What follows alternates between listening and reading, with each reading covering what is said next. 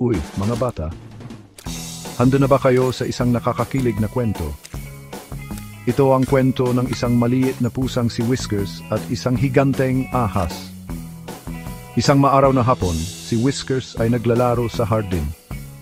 Biglang may narinig siyang kaluskos sa mga halaman. Lumabas ang isang malaking ahas. Nanlaki ang mga mata ni Whiskers at alam niyang kailangan niyang tumakbo ng mabilis. Tumakbo siya sa hardin, tumalon sa mga bulaklak at umiwas sa mga puno. Mabilis na gumapang ang higanteng ahas sa likuran niya.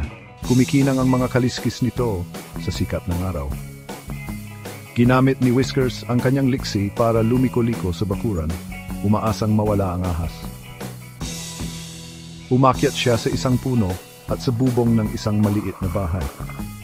Ang ahas, dahil hindi gaanong maliksi, ay nahirapan sa pag-akyat at nahulog ng may malakas na kalabog. Pero hindi pa tapos ang habulan. Tumalon si Whiskers pababa, tumakbo papunta sa lawa. Lumusong siya sa tubig, lumikha ng alon para mapabagal ang ahas. Sumitsit ang ahas, pero patuloy na tumakbo si Whiskers, kumakabog ang kanyang maliit na puso. Nang akala niya ay mahuhuli na siya ng ahas, nakakita si Whiskers ng isang maliit na butas sa bakod.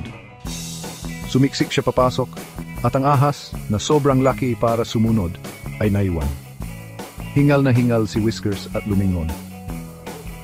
Ligtas na siya. Gumapang palayo ang higanteng ahas, alam nitong hindi nito mahuhuli ang matalinong maliit na pusa. At mula noon, naging bayani si Whiskers sa kanyang hardin, kilala sa pagiging mastuso kaysa sa higanteng ahas. Tandaan, mga bata, maging matapang at mabilis lagi. Salamat sa pakikisali sa akin sa nakakakilig na pakikipagsapalaran na ito. Kita-kits sa susunod.